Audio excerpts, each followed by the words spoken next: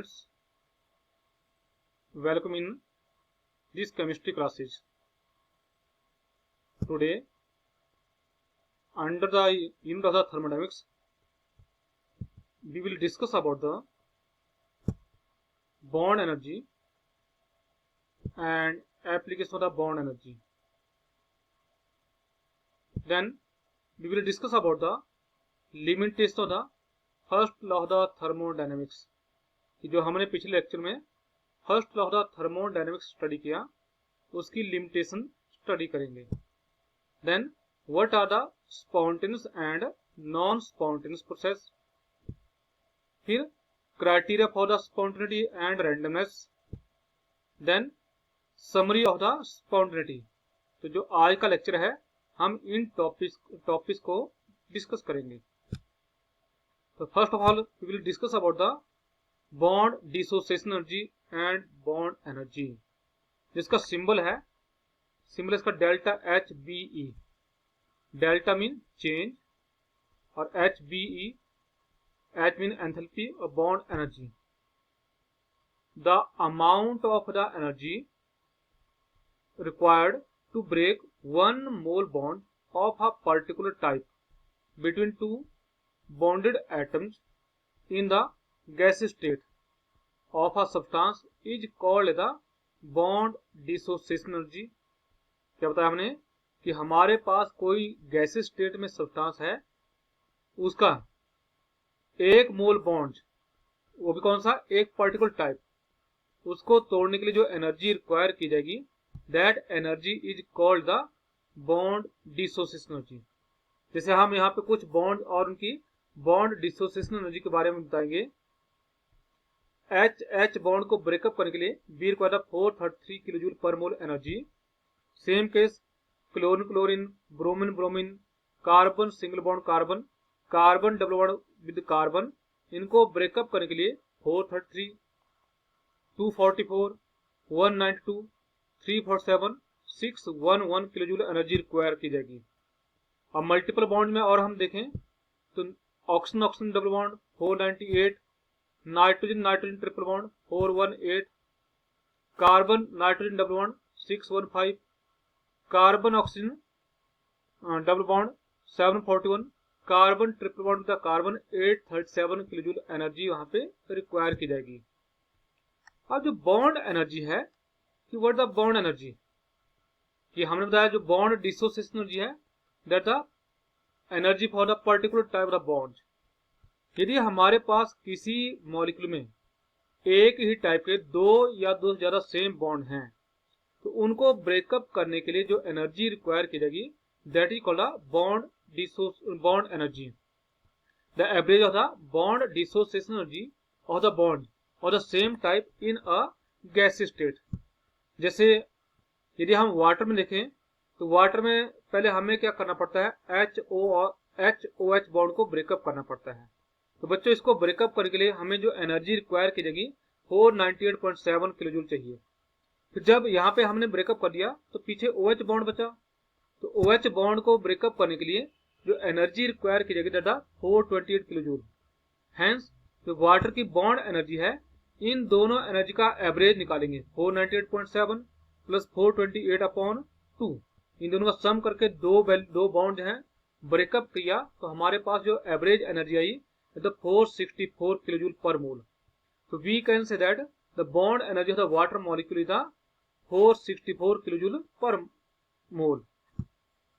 जो bond energy है that depend upon the bond multiplicity. किसके ऊपर डिपेंड कर रही है, बॉन्ड मल्टीप्लिसिटी के डायरेक्टली प्रोपोर्शनल है.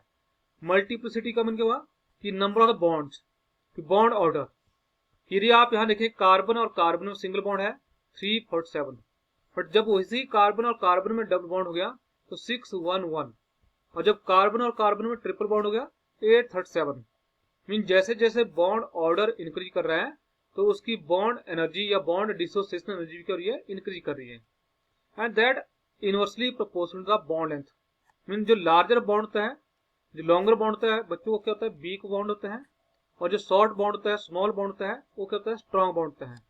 तो वीक बॉन्ड को ब्रेकअप करने के लिए be required more weak bond को ब्रेकअप करने के लिए be require the less amount of energy, और स्ट्रॉन्ग बॉन्ड को ब्रेकअप करने के लिए be require the more amount of energy. Now application of the bond energy. Bond energy is used to calculate the enthalpy of the reaction. किस काम आती है ये? एंथैल्पी ऑफ द रिएक्शन को कैलकुलेट करने के काम आती है। डेल्टा एच आर हमने आपको पहले बताया था एंथैल्पी ऑफ रिएक्शन कि उसका फॉर्मूला क्या है कि that is the summation of the bond energy of the reactant side minus summation of the bond energy of the product side. Let's हम इसको जो है एक एग्जाम्पल से स्टडी करते हैं। बच्चों एग्जाम्पल क्या हमारे पास है कि हमारे पास कोई रिएक्शन रखी है। इन द रिएक्शन क्या है C3H8 plus 5O2 change 3 CO2 plus 4 water. Calculate delta H of the given reaction given that bond energies of the carbon carbon, carbon hydrogen, carbon oxygen, oxygen oxygen, OH bonds are 347, 414, 741, 498 and 464 kilojoule पर मोल respectively. तो बच्चों जब भी आपको इस type का कोई question होगा तो सबसे पहले आपने उसको बैलेंस करना है। आल्दो हमने यहाँ पे जो एग्जाम्पल है वो बैलेंस्ड फॉर्म में आपको दे रखा है, तो आपने पहले उसकी बैलेंसिंग करनी है और उसके बाद आपने उसको ओपन फॉर्म में लिखना है। तो जैसे मैंने ये प्रोपेन C3H8 क्या है? प्रोपेन है। तो आपने 10th में पढ़ा होगा कि प्रोपेन को ओपन कैसे करते हैं। तो इसकी ओपन स्ट्रक्चर है प्रोपेन की C सिंगल बॉन्ड C और कार्बन की वैलेंसी 4 होती है, उसको हमने हाइड्रोजन से सेटिस्फाई किया है। प्लस 5 ऑक्सीजन है, 5O2 है तो O डबल बॉन्ड O है, फिर है 3 CO2 O double bond C double bond O plus 4 HOH है। तो अब हमारे पास यहाँ पे क्या है? कार्बन बॉन्ड है रिएक्टेंट साइड में, कार्बन हाइड्रोजन बॉन्ड है और ऑक्सीजन बॉन्ड है। तो इनकी बॉन्ड एनर्जी का हम समेशन करेंगे और उसमें से हम प्रोडक्ट साइड की बॉन्ड एनर्जी को जो है सब्ट्रैक्ट कर देंगे। तो डेल्टा एच रिएक्शन का फॉर्मूला क्या है? Summation of the bond energy of the reactant side minus summation of the bond energy of the product side. तो रिएक्टेंट साइड का जो समेशन क्या आएगा? 2 into bond energy of the carbon carbon bond, carbon carbon bond 1 और 2 plus 8 into bond energy of the carbon hydrogen bond 1 2 3 4 5 6 7 8 8 into bond energy of the carbon hydrogen bond plus 5 into bond energy of the oxygen bond. तो ये 5 oxygen bond है minus summation of the bond energy of the product side, तो 6 into bond energy of the carbon oxygen bond. देखो CO2 में carbon oxygen bond 1 और 2 और 3 molecule है, 3 into 2 6 into bond energy of the carbon oxygen bond plus 8 into bond energy of the OH bond 8 into देखो OH और OH 2 into 4 8 into bond energy of the OH bond. तो जब हमने ये सम किया तो हमारे पास आ गया ये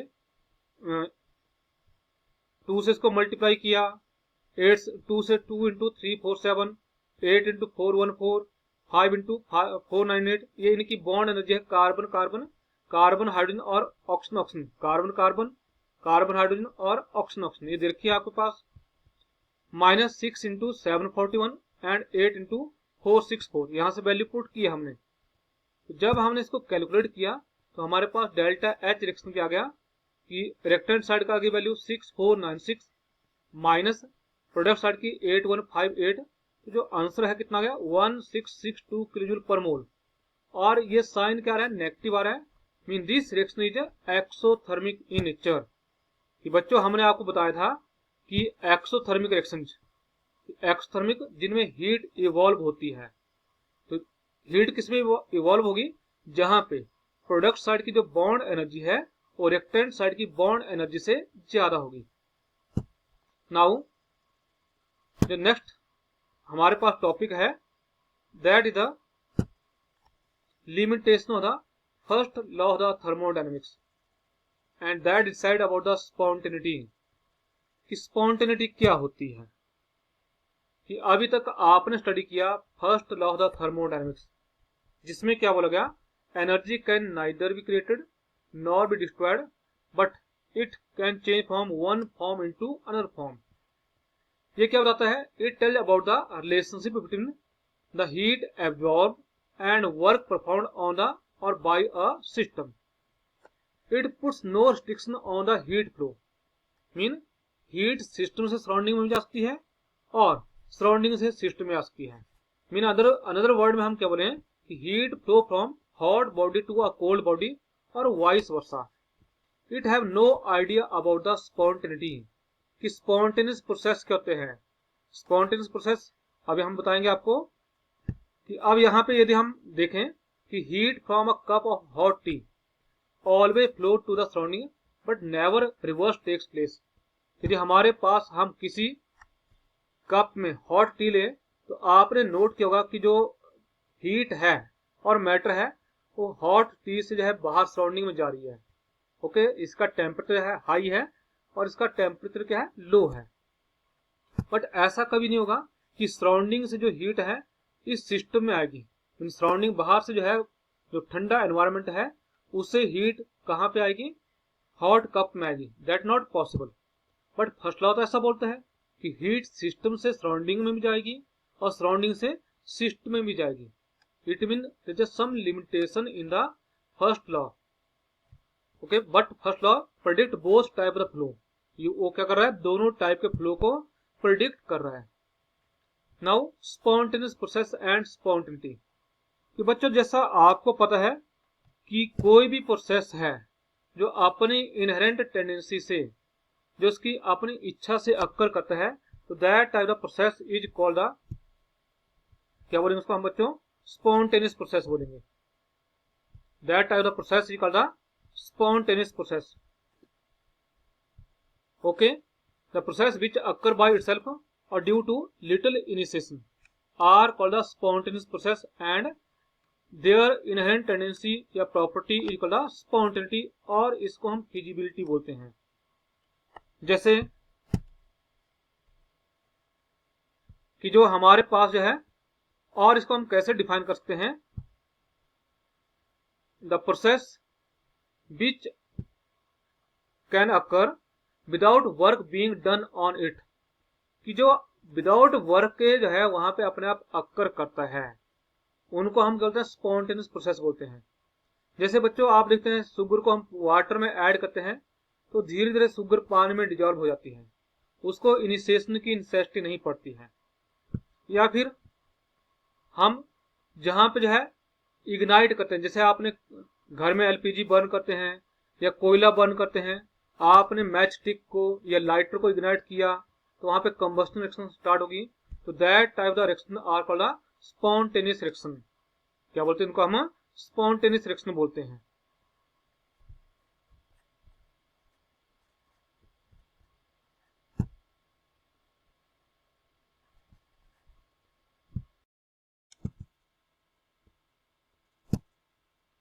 नाउ नॉन स्पॉन्टेनियस प्रोसेस। अभी हमने आपको बताया बच्चों कि what are the spontaneous process. अब हम करेंगे about the non spontaneous process. The process which do not occur by its own self and require continuous supply of energy are called as the non-spontaneous और non-feasible process। कि बच्चों आपने देखा होगा कि जैसे आपने पानी को ऊपर लिफ्ट करना है तो आप उसको with the help of the motor lift करते हैं। जब तो जो है मोटर चली हुई है, पानी लिफ्ट हो रहा है। जैसे आपने मोटर को बंद कर दिया, जो पानी की लिफ्टिंग है क्या होगी? बंद होगी। इट मीन कि हम क्या बोलेंगे? इसको नॉन स्पॉन्टेनियस प्रोसेस बोलेंगे। सेम केस, यदि आप किसी ऑब्जेक्ट को धक्का दे रहे हैं तो वो ऑब्जेक्ट जो है मूव करता रहेगा जब तक आप उसको धक्का देंगे। जैसे आपने उसको धक्का देना बंद किया तो क्या होगा? वो मूव करना बंद कर देगा। तो हम बोलेंगे कि that type of process are the non spontaneous process. Generally हमारे पास कहते हैं जितने भी प्रोसेस होते हैं वो कैसे होते हैं? नॉन स्पॉन्टेनियस प्रोसेस ज्यादा होते हैं। They can be brought by doing the work. कि जब भी हम किसी भी प्रोसेस को करते हैं तो वहां पे काम होता रहता है। तो जो process with the doing of the work occur करते हैं उनको हम नॉन स्पॉन्टेनियस प्रोसेस बोलते हैं। अब for example fan require continuous supply of the electricity to revolve. घर में आपने देखा होगा जो पंखा मूव कर रहा है तो वहां पे continuous supply of the electricity require की जाती है, तभी वो मूव करता रहेगा। यदि आपके घर में इलेक्ट्रिसिटी की सप्लाई नहीं है तो फैन वो रिवॉल्व नहीं करेगा। A cup of tea can be made hot by continuous heating. क्या आपने चाय को गर्म करना है तो आप इसको कंटिन्यूस हीट करते रहेंगे, तभी क्या होगा तो चाय का कप जो है गर्म होगा। यदि आपने हीटिंग बंद कर दी तो उसका गर्म होना भी बंद हो जाएगा। तो इसको हम बोलेंगे non spontaneous process. Now decrease in the enthalpy a criterion for the spontaneity. यदि हम डेली लाइफ में जितने भी प्रोसेस देखें तो जो अपने इनहेरेंट टेंडेंसी से अक्कर करते हैं उनमें एनर्जी करती है डिक्रीज करती है। जैसे आप किसी भी जो है वाटर है that always flow from the higher level to the lower level. कि आपने देखो जो रिवर होती है वो हमेशा करती हैं कि माउंटेन से ऑरिजिनेट करती हैं and they flow toward the plains. हम इन कहां से जा रही हो हाई लेवल से लो लेवल की तरफ मूव कर रही हैं। सेम केस कोई भी रॉक्स है या पत्थर है वो रोल करेगी डाउन द हिल। कभी अपने आप जो है कोई भी रॉक्स या पत्थर जो है अप द हिल मूव नहीं करेगा। ओके, उसको मूव करने के लिए क्या होगा वो जो इसकी इनहेरेंट टेंडेंसी है कि ये यहाँ पे है पहले और अपने आप वो डाउन द हिल मूव करेगा। यहाँ पे इसकी हाई एनर्जी है और यहाँ पे इसकी क्या है लो एनर्जी है। तो इट मीन की that always move from the low energy toward the high energy. तो जैसा जो है उसकी एनर्जी में चेंज आ रहा है तो चेंज कैसे हम ये करते हैं कि final value means initial value. अब फाइनल वैल्यू क्या है यहाँ पे लो एनर्जी है और इनिशियल वैल्यू क्या है यहाँ पे हाई एनर्जी है। तो low energy means high energy, तो mean low value means high value. तो इसका मीन क्या जो डेल्टा एच का सिंबल आएगा नेगेटिव आएगा। तो इट मीन की all the physical spontaneous process occur by decrease in energy. कि नेगेटिव का मीन क्या हुआ कि there is a decrease in the energy. कि किसी भी प्रोसेस की जो इनहेरेंट टेंडेंसी है वो कौन सी उसकी कि to decrease the energy, that always tend to move from high energy toward the low energy. Similarly जो स्पॉन्टेनियस केमिकल रिएक्शन है they proceed by decrease in the energy. जैसे आपने देखा होगा बर्निंग, जो बर्निंग है वो कैसी है एक्सोथर्मिक रिएक्शन है। मीन वहां पे जो बॉन्ड एनर्जी और रिएक्टेंट्स हैं जो उस फ्यूल के अंदर की बॉन्ड एनर्जी है वो प्रोडक्ट जो बनेगा बाय द बर्निंग उससे कम जो है कम होती है। तो वहां पे क्या हो एक्सोथर्मिक रिएक्शन है। जितने भी केमिकल रिएक्शन है स्पेशली बर्निंग या combustion type of reaction they are spontaneous in nature because there is a decrease in the energy. For example जैसे मैंने बताया कि कोयला सी इज द सिंबल था कोल प्लस O2 CO2 और डेल्टा एच क्या है -393.5 किलोजूल पर mole. Mean there is a decrease in the energy. This process is the spontaneous in nature. या when nitrogen and hydrogen they taken in the catalytic converter तो they combine to form the ammonia. और वहां पे क्या होता है -92.4 kilojoule energy करती है लिबरेट होती है। अगेन यहाँ पे माइनस सिंबल है तो there is a decrease in the energy. तो इट मीन कि जितने भी स्पॉन्टेनियस प्रोसेस होते हैं उनमें कहता है डेल्टा एच का सिंबल कहता है नेगेटिव होता है। डेल्टा एच का सिंबल नेगेटिव है तो हम बोलेंगे कि that the driving force for the spontaneity of a reaction. But in actual हमारे पास कई ऐसी रिएक्शन होती हैं कि उनमें कहता है डेल्टा एच कहता है पॉजिटिव होता है। क्या वो रिएक्शन स्पॉन्टेनियस होती हैं कि नहीं होती हैं।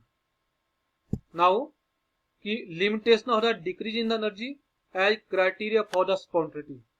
जैसा मैं आपको बता रहा था कि हमारे पास सम एंडोथर्मिक रिएक्शन है दे आर ऑल्दो एंडोथर्मिक है but still they are spontaneous in nature. For example जैसे हमारे पास क्या है इवेपोरेशन ऑफ द वाटर। जो वाटर है आपने देखा होगा यदि हम पानी को बाहर छोड़ दे तो धीरे धीरे अपने आप ही क्या होता है वो इवेपोरेट होता रहता है कि लिक्विड फॉर्म से वेपर फॉर्म में कन्वर्ट होता रहता है। और वहां पे क्या है जो 44 किलो जूल एनर्जी वो एब्जॉर्ब करता है, मीन एंडोथर्मिक प्रोसेस है। तो वाटर की जो इनहेरेंट टेंडेंसी है, अपने आप कभी वाटर फ्रीज नहीं करता बच्चों, उसकी जो इनहेरेंट टेंडेंसी क्या है वो इवेपोरेट करने की है। Formation of nitrogen dioxide is again endothermic process, कि एटमोस्फेयर में नाइट्रोजन और ऑक्सीजन लाइटनिंग के प्रोसेस से कंबाइन करती है, और डेल्टा एच कितना होता है 33.2 किलो जूल पर मोल, मीन वो लाइटनिंग से जो बिजली चमकती है उससे बच्चों इतनी एनर्जी एब्जॉर्ब कर रहे हैं। तो कभी ऐसा नहीं होता कि भी NO2 वहां पे कर रहा है कि डिसोसिएट कर रहा है, तो अपने आप जो उनकी इनहेरेंट टेंडेंसी है to form the nitrogen dioxide. तो how these reaction are spontaneous in nature, या हम देखें dissolution of the ammonium chloride, यदि हम अमोनियम क्लोराइड को लें वो भी क्या है कि जब उसको वाटर में हम मिक्स करते हैं तो that form the ammonium ion and chloride ion, और अगेन डेल्टा एच क्या है 15.1 किलो जूल पर मोल है। मीन यहाँ भी बच्चों क्या हो रहा है एनर्जी एब्जॉर्ब हो रही है, ये भी एंडोथर्मिक प्रोसेस है, बट कैसा ये स्पॉन्टेनियस नेचर का है। तो why that the spontaneous in nature, या there are some reversible reaction also, वो भी कैसे स्पॉन्टेनियस है।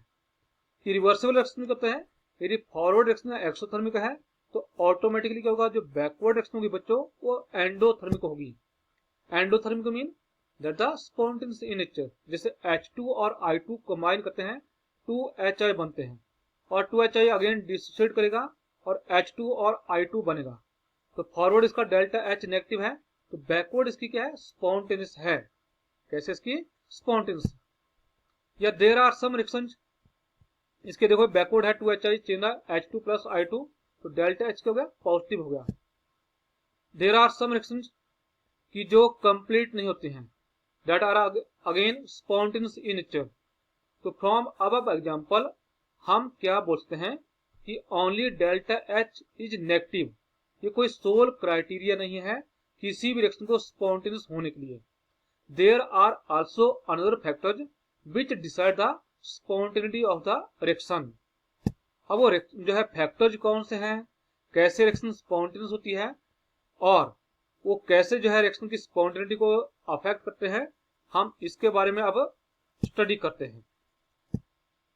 तो नेक्स्ट था कि रैंडमनेस और डिसऑर्डर एंड स्पॉन्टेनिटी।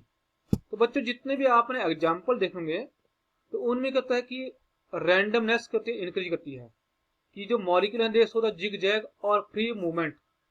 तो दिस जिग जैग और free movement of the molecule और ion is called the randomness और डिसऑर्डर।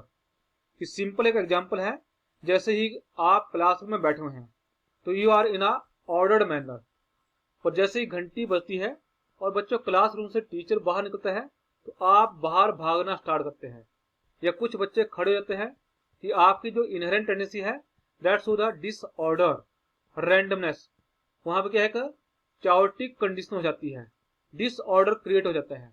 तो this disorder is called randomness. तो यदि हम यहाँ देखें जितने भी एंडोथर्मिक प्रोसेस हैं, जो स्पॉन्टेनियस प्रोसेस आपने रिएक्शन देखी, उनमें कहता है रैंडमनेस इंक्रीज करती है।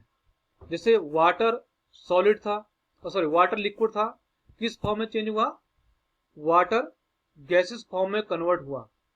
तो लिक्विड में कहते हैं मॉलिक्यूल क्लोज होते हैं, उनमें लेस रैंडमनेस है, बट वेपर में मॉलिक्यूल काफी आगे होते हैं, they have more randomness. Clear. या अमोनियम क्लोराइड जो हमने वाटर में डिजोल्व किया वो क्या सॉलिड फॉर्म है, अगेन पार्टिकल्स आर क्लोज, तो लेस रैंडमनेस। जब उसको डिजोल्व किया तो that change the liquid form aqueous form, particles are away, तो that show the more randomness. तो इट मीन क्या हुआ कि आप यहां देख रहे हैं कि जो भी डिक्रीज इन द एनर्जी है डेल्टा एच नेगेटिव, वो सोल क्राइटेरिया नहीं है। उसके साथ क्या है इंक्रीज इन द रैंडमनेस, कि जहां पे क्या है डेल्टा एच पॉजिटिव है उन केस में डेल्टा आर, जो डेल्टा आर क्या है चेंज इन द रैंडमनेस, वो पॉजिटिव है। So these two are the driving criteria for the spontaneity of the reaction. यदि हम इसको समरी की फॉर्म में देखें तो यदि हम डेल्टा एच डेल्टा आर और उसका मैग्नीट्यूड देखें और नेचर ऑफ द प्रोसेस का देखें, यदि डेल्टा एच नेगेटिव है मीन फेवर कर रहा है, डेल्टा एच पॉजिटिव है वो भी फेवर कर रहा है, तो मैग्नीट्यूड जो मर्जी हो process are spontaneous nature. But if delta H negative, ये फेवर कर रहा है, और रैंडमनेस भी नेगेटिव है, वो अनफेवर कर रही है, वहां पे रैंडमनेस कम हो रही है। तो यदि delta H greater than delta R है, एंथैल्पी ग्रेटर है और रैंडमनेस कम है, स्पॉन्टेनियस है। But delta H small than the delta R है, तो वो कैसा है, नॉन स्पॉन्टेनियस। यदि इफ डेल्टा एच कैसा है हमारे पास पॉजिटिव है और डेल्टा आर भी क्या है, positive, mean delta H unfavour कर रहा है, वहां पे एंडोथर्मिक प्रोसेस है, और डेल्टा आर रैंडमनेस फेवर कर रही है, तो again delta H greater than delta R non spontaneous, और delta H small than delta R तो क्या है, स्पॉन्टेनियस प्रोसेस है। और यदि दोनों ही अनफेवर कर रहे हैं, डेल्टा एच भी पॉजिटिव है और डेल्टा आर नेगेटिव है, दोनों अनफेवर कर रहे हैं, तो मैग्नीट्यूड जो मर्जी हो, that process are non spontaneous in nature. तो it's about the summary of the spontaneity. तो बच्चों, आज के लेक्चर में हम इतना ही करते हैं। नेक्स्ट लेक्चर में हम कि रैंडमनेस को कैसे मेजर करते हैं उसके बारे में स्टडी करेंगे। Thank you.